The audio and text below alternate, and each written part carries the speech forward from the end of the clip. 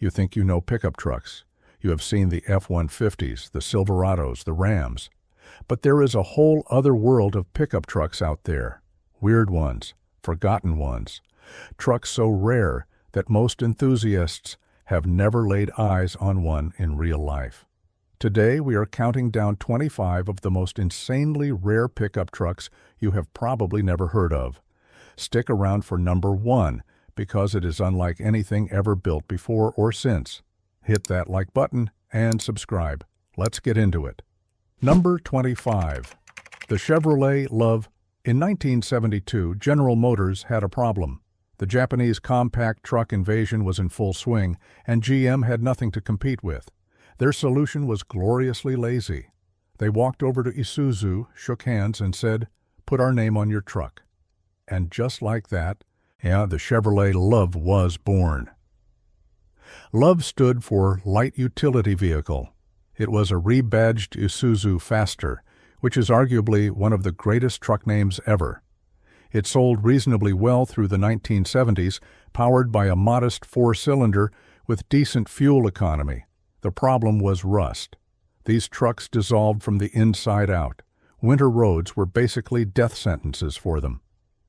Today, finding a clean Lovey is genuinely difficult. Most either rotted away or were forgotten in barns decades ago.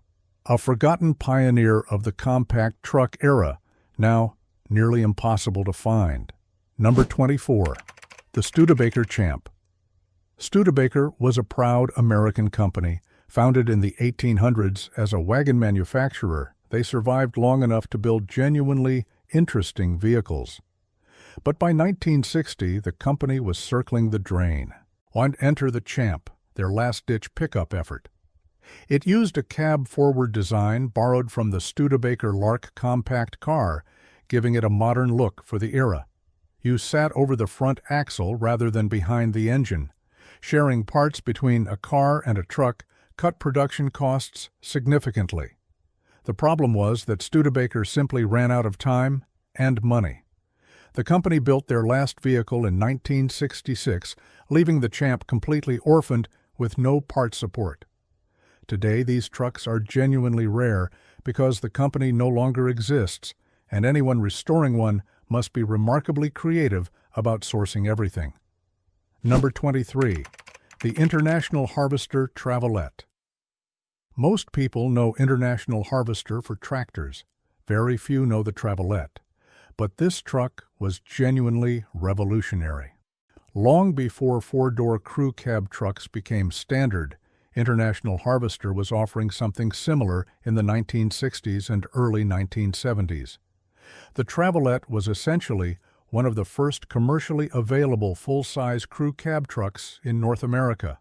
Farmers loved it. Construction crews loved it. Anyone needing to haul people and serious cargo loved it. Built like a tank with frame-on-body construction for hard punishment, it was purpose-built for real work. But when International Harvester exited the consumer truck market in the early 1980s, the Travelette faded into obscurity. Parts became nearly impossible to find. Restoration costs went through the roof. Today they are treasured by vintage truck collectors who understand just how historically significant this overlooked machine actually was. Number 22. The Ford Durango Coupe Utility, not the Dodge SUV, not even close. This is something far stranger and far rarer. In the late 1970s, Ford partnered with a coach builder called National Coach Works to create something they called the Durango. The concept: take a Mercury Zephyr coupe, cut off the rear, bolt on a small pickup bed. What you ended up with was a car-based pickup that looked exactly like a Zephyr from the front and like a very creative custom job from the rear. Ford sold these through selected dealers as a fuel-efficient urban utility vehicle. The timing was logical. America was in the grip of fuel price chaos, and a car-based compact pickup made economic sense, except almost nobody bought it.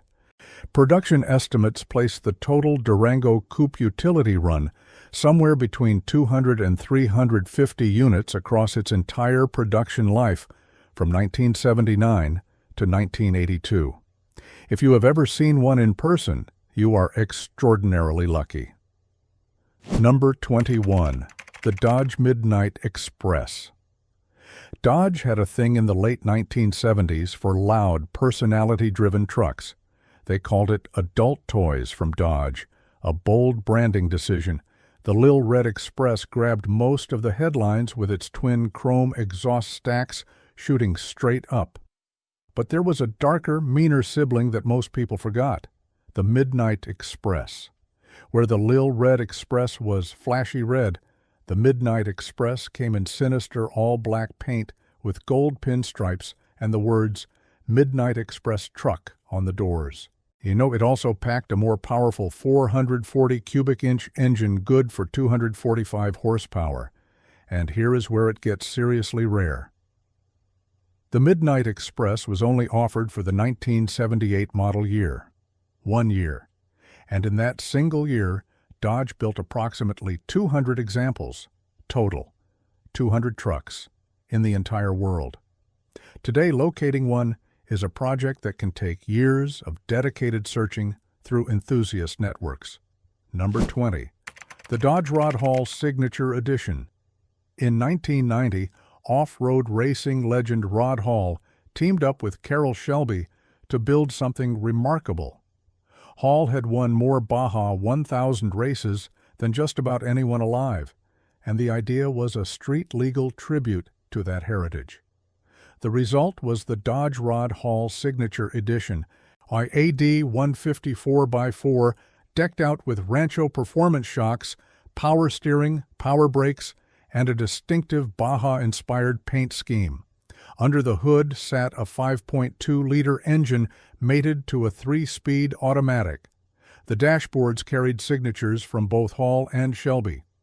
Here is the number that makes this truck extraordinary. Dodge built exactly 33 of them, 33 total, in the entire world. Finding one for sale is essentially a rumor. Owning one puts you in a club so small it barely qualifies as a club. Number 19. The Plymouth Scamp. Pickup. Here is a truck that exists almost as a footnote to a footnote. You may have heard of the Dodge Rampage, Chrysler's front-wheel drive compact pickup from the early 1980s. Probably not. But stay with me. The Rampage was built on the same platform as the Dodge Omni. Now take that concept, bolt on a Plymouth badge instead, change almost nothing, and you have the Plymouth Scamp pickup. Plymouth's version was sold for exactly one model year, 1983, 12 months. The Scamp managed total sales of approximately 3,564 units before Plymouth quietly dropped the idea entirely. Today, the Plymouth Scamp pickup genuinely confuses people at car shows. They see front-wheel drive under a truck body, wearing a Plymouth badge, and have no idea what they are looking at. A one-year wonder that most truck reference books do not even bother to include. Number 18. The Dodge Dude. The year was 1970. America was experimenting with everything, and Dodge, sensing an opportunity to sell trucks to younger buyers who wanted personality with their payload, created the Dude. Yes, the Dude. Based on the standard Dodge D100, it received bold stripe packages, fender graphics, and the word Dude stamped in enormous block letters across the sides. It was shameless. It was glorious.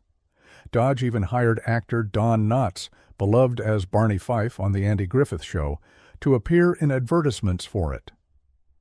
The combination of Western swagger and television star endorsement made the Dude a brief sensation, particularly in the southern United States. Dodge built just over 1,500 of them, most of which sold in Sunbelt states, where rust was less of a concern. The decades since have not been kind. Hard use, sun damage, and simple abandonment have eliminated most survivors. Finding a Dude today with original graphics and documentation is a treasure hunt. Most collectors never win. Number 17. The Jeep J10 Honcho. The Jeep J Series pickup trucks were never mass-market vehicles, rugged, capable, aimed at a very specific buyer who needed serious off-road performance in a truck package. But in 1976, Jeep decided to make things even more interesting with the Honcho package. The Honcho turned the J10 into something that looked like it was heading to a rodeo at full speed. It featured wide spoke wheels wrapped in aggressive off-road tires, bold gold striping across the bedside and fenders, and what might be the greatest interior option in pickup truck history, Levi's denim upholstery. Yes, actual Levi's branded denim inside a truck. Not Jeep offered the Honcho from 1976 through 1983, but total production was deeply limited. Best estimates place the number at approximately 1,264 units across the entire run. The combination of already low J-Series production and decades of hard off-road use means survivors are extraordinarily rare. The Honcho is a time capsule of 1970s truck culture at its most unhinged. Number 16, the Dodge Shelby Dakota.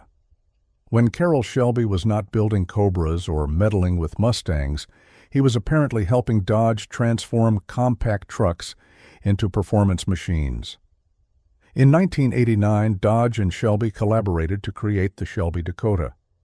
The standard Dakota came with a V6, and the Shelby version came with a fuel-injected 5.2-liter V8, producing 175 horsepower, which in a compact mid-size truck in 1989 was a genuinely exciting number. Shelby also upgraded the suspension with gas pressure shocks, added a limited-slip rear axle, and gave the truck a blacked-out grille and aggressive graphics on the windshield, doors, and tailgate.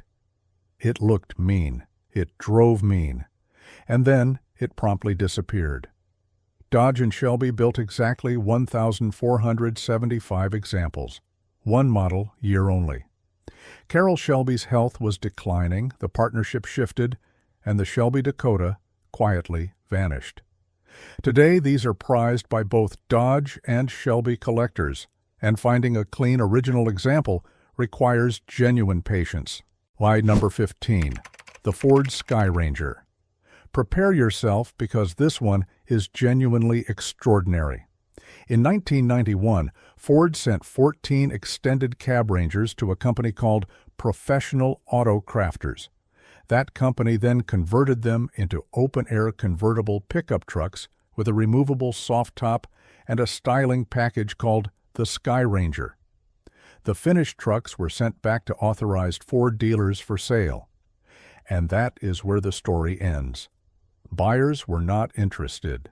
The concept failed completely. Professional Auto Crafters stopped making them. Total production estimates range from 14 to 17 trucks, 14 to 17 vehicles in existence worldwide. No other mainstream American pickup truck in history has a production number that low. Even exotic supercars typically have higher numbers than the Ford Skyranger. Most collectors did not know this truck existed until the internet started surfacing forgotten automotive experiments from the early 1990s. If you ever see one in real life, stop everything you are doing. You may genuinely never see another one. Number 14. The Chevrolet S10 EV, 1997. Electric vehicles were science fiction for most Americans. Tesla did not exist. The Prius was a year away. And yet, in response to California's zero-emission vehicle mandate, Chevrolet quietly produced an electric pickup truck. The S10 EV was based on the popular compact S10 platform with a lead-acid battery pack weighing over 1,000 pounds connected to a 114-horsepower electric motor. Range was limited. A charging infrastructure barely existed. But for 2 years, real customers drove real electric Chevrolet pickups. Fewer than 500 were ever built. Then California loosened its emissions regulations, and Chevrolet's commitment evaporated. Almost every single S10 EV was repossessed at lease end and subsequently destroyed, crushed, shredded, gone. The handful that survived exist because of determined owners who refused to give them back. This truck was building the electric future, and then the future was taken away and recycled into something considerably less interesting. A genuinely heartbreaking chapter in American automotive history. Number 13. The Volkswagen Rabbit Pickup. In 1979, Volkswagen did something nobody asked for and everyone should appreciate. They took the Rabbit, their wildly popular front-wheel drive hatchback, chopped off the rear, extended the frame, and bolted on a small pickup bed. Then they built this strange creation at their plant in Westmoreland, Pennsylvania, making it one of the very few German pickup trucks ever assembled on American soil. The Rabbit pickup, called the Caddy in European markets, was tiny by American standards. Payload capacity was limited. Its engine options ranged from a gasoline four-cylinder to a diesel that produced power, measured in quiet politeness. But it was efficient, practical for urban use, and had undeniable quirky charm. Volkswagen sold the Rabbit pickup in America through 1984 before quietly ending production. Rust, hard use, and time have eliminated most examples. Survivors are hunted down by Volkswagen enthusiasts, and the diesel versions in particular command serious attention in the vintage truck market today. Number 12. The Plymouth Aero Truck. Here is a truck that wore an American name but was Japanese to its core. In 1979, Chrysler was struggling to compete in the compact truck segment. Their solution was the same GM had used years earlier: find a Japanese partner. They found Mitsubishi. The result was the Plymouth Aero Truck, a rebadged Mitsubishi Forte wearing Plymouth badges and sold through Dodge dealerships. An almost identical version called the D50 wore Dodge badges. The base model offered a 2-liter four-cylinder and a solid payload capacity for its class. Sport models got a larger engine with a 5-speed manual gearbox. Plymouth kept the Aero Truck through 1982. The Dodge version survived longer until 1986. Both are nearly forgotten today, casualties of rust, hard use, and the general public's indifference to compact trucks that did not carry domestic bones beneath their badges. Survivors are genuinely uncommon, overlooked even by most compact truck enthusiasts who should know better. Number 11. The Jeep Comanche. The mid-1980s were a strange time for Jeep. They had the successful Cherokee XJ compact SUV, and someone asked the obvious question: what if we made a pickup version? The answer was the Comanche, introduced for the 1986 model year. Built on the same unibody platform as the Cherokee, the Comanche was compact, capable, and available with the legendary 4-liter inline-six that Jeep fans still revere today. It could go nearly anywhere the Cherokee could. The problem was competition. The Ford Ranger and Chevrolet S10 outsold it consistently, and Jeep never fully committed to marketing the Comanche aggressively. Production ended quietly in 1992 after just 6 model years. Today, the Comanche has a passionate following among Jeep purists who recognize a genuinely capable truck that the mainstream market simply overlooked when it was available. Number 10. The Mercedes-Benz X-Class, a Mercedes pickup truck. The sentence alone sounds like something from an alternate universe. And yet, from 2017 to 2020, Mercedes-Benz actually sold one. The X-Class was built in collaboration with Nissan using the Navara platform and sold in Europe, Australia, South Africa, and Latin America. Never the United States, which only amplified its mystique for American truck enthusiasts.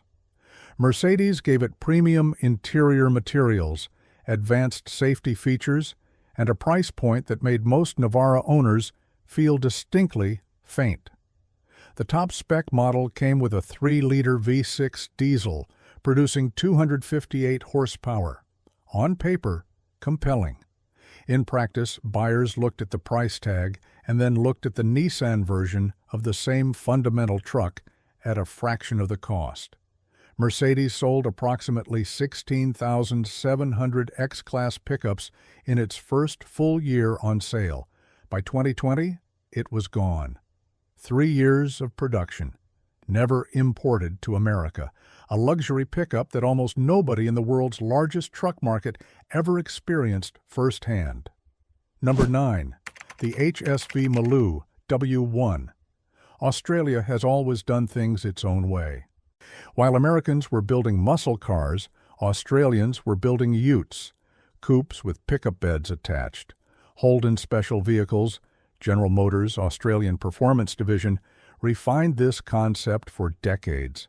But none of their creations were more spectacular than the Maloo W1. In 2017, as production of the Holden Commodore was ending forever, HSV built the GTSR W1 as a final farewell.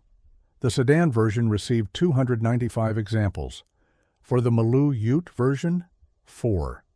They built exactly 4 Maloo W1 Utes, each powered by a 6.2-liter supercharged V8, producing 640 horsepower, borrowed from the Corvette ZR1. The only example painted in yellow, Holden's iconic color, recently sold for the equivalent of over $800,000. It had been driven 26 kilometers since leaving the factory, 16 miles total. The rarest production ute on the planet by a genuinely spectacular and probably unbeatable margin. Number 8. The Subaru Baja. Subaru has never been particularly interested in doing what everyone else is doing. That corporate independence reached a certain peak with the Baja, introduced for the 2003 model year. The concept was simple. Take the Outback wagon that buyers already loved for its all-wheel drive and attach a small open cargo bed to the rear. The result was something that was almost a pickup truck. The bed was real and functional. The symmetrical all-wheel drive was standard. The flat-4 boxer engine was reliably honest. But the bed was small enough that hauling a sheet of plywood required creative geometry and genuine optimism. Subaru sold the Baja for just 4 model years, from 2003 through 2006, with total production across that entire run of approximately 24,000 units. Not critically rare, but rare enough that seeing one today always turns heads. The Baja never found its market while it existed. Today, it is precisely the small, capable, all-wheel drive truck the market claims to desperately want. Number 7. The Chevrolet SSR. What happens when you ask designers to build the most outrageous possible pickup truck concept? You get the SSR Super Sport Roadster. Chevrolet unveiled the concept and the public went completely wild. So Chevrolet built it from 2003 through 2006. On the SSR was a retro-styled hardtop convertible pickup truck. The bed was real. The retractable hardtop was genuinely real. And the performance was impressive, especially in later models. The 2005 and 2006 versions received a 6-liter V8, borrowed from the Corvette, producing 390 horsepower, 0 to 60 in under 6 seconds. A convertible pickup truck that could embarrass sports cars at traffic lights. Total production came to 24,150 units over 3 model years. It was expensive, impractical, and utterly magnificent. Today, the SSR has found its audience. Collectors who want something combining genuine performance, genuine novelty, and a story that nobody ever gets tired of hearing at a car show. Number 6. The Pontiac G8 Sport Truck. This is the truck that broke 1,000 hearts. In March of 2008, General Motors walked into the New York International Auto Show with what appeared to be a production-ready Pontiac pickup. The G8 Sport Truck was a coupe utility built on the same platform as the G8 sedan, itself a rebadged Holden Commodore from Australia. 2 doors, a rear cargo bed, a 6-liter V8. The first car-based pickup in America since the El Camino left in 1987. Pontiac dealers were briefed. Production plans were finalized. Then 2008 happened. The financial crisis hit. GM entered bankruptcy. Pontiac was eliminated entirely. The G8 Sport Truck ceased to exist without a single public unit ever being built. It is the ghost truck, fully designed, fully revealed. I'm fully canceled. Prototypes exist in private collections. The rest is pure automotive heartbreak. Number 5. The Subaru Brat Bi-Drive Recreational All-Terrain Transporter. That acronym was completely intentional. In 1978, Subaru wanted to sell a small four-wheel drive truck in America. But the chicken tax, a 25% tariff on imported pickup trucks in place since the 1960s, would have made it prohibitively expensive. So Subaru's engineers bolted 2 rear-facing plastic jump seats directly into the cargo bed. Now it was a passenger vehicle. Tariff avoided. The customs agents were not amused, but had no legal argument. The Brat became a cult sensation, small, four-wheel drive, and genuinely fun. Our rear passengers faced oncoming traffic with nothing between them, and the road but a plastic seat and optimism. Ronald Reagan famously owned one at his California ranch, which is the greatest presidential truck endorsement in history. The Brat sold in America until 1987. Surviving examples are now treasured relics of the cleverest tariff workaround ever devised. Number 4. The Lincoln Blackwood. Lincoln had a vision, a true luxury pickup truck. In 2002, they launched the Blackwood on the Ford F-150 Super Crew platform with Navigator front bodywork and a cargo bed unlike anything ever put on a production pickup. The bed was carpeted. It was lined with stainless steel trim. It had LED internal lighting, and it was covered by a hydraulically operated hard tonneau lid that did not open outward like a normal tailgate. It flipped up like a trunk lid because Lincoln decided truck beds should function like trunk lids. The Blackwood was available in exactly one color, black. The price was $52,500, and it had absolutely no four-wheel drive option. Lincoln intended to sell roughly 18,000 Blackwoods. They sold 3,356, total, worldwide, ever. That makes it rarer than a Lamborghini Murcielago. Lincoln pulled the plug before the model year was finished. One of the strangest commercial miscalculations in American automotive history. Now, a genuinely collectible oddity. Number 3. The GMC Cyclone 1991. GMC builds a pickup truck that beats a Ferrari. Not figure of speech, not marketing language, literal, documented fact. Car and driver put a GMC Cyclone on a drag strip against a Ferrari 348. The Cyclone ran the quarter mile in 13.4 seconds. The Ferrari ran it in 13.9. The Italian sports car, costing 3 times as much, lost. The secret was the Cyclone's powertrain, a 4.3-liter turbocharged V6 producing 280 horsepower and 350 pound-feet of torque, channeled through all-wheel drive that put the power down with brutal efficiency. 0 to 60 in 4.3 seconds. By any measure, the fastest production pickup on Earth in 1991. GMC built it for exactly one model year, 2,995 units, no second year, gone. Each one came in obsidian black exclusively. The Cyclone remains one of the most desirable and collectible American trucks ever made, and the supply will never, ever increase. Number 2. The Holden Ute Australia looked at the American muscle car and asked, what if you could also carry things in it? The result was the Ute, short for utility coupe, a 2-door vehicle with a car front end and a pickup bed instead of a trunk. Holden, General Motors' Australian division, refined this concept for decades, eventually producing Utes with supercharged V8 engines that embarrassed sports cars while still carrying your weekend gear. The HSV Maloo versions produced up to 560 horsepower and reached 60 miles per hour in under 4 seconds. Well, General Motors nearly brought the Holden Ute to America as the Pontiac G8 Sport Truck. Dealers were briefed. Materials were printed. Then the financial crisis of 2008 killed Pontiac entirely. Americans never got their Ute. Holden built the last Commodore-based Ute in 2017 before Australian manufacturing shut down permanently. An entire beloved category of vehicle that America came achingly close to experiencing, made by the very same company that builds every Chevrolet sold today. Number 1. The Mazda Rep-U. There has never been anything like it, before or since. In 1974, when every truck manufacturer on Earth was fitting pickups with conventional piston engines, Mazda did something no engineering committee anywhere would have approved. They dropped a Wankel rotary engine into a pickup truck.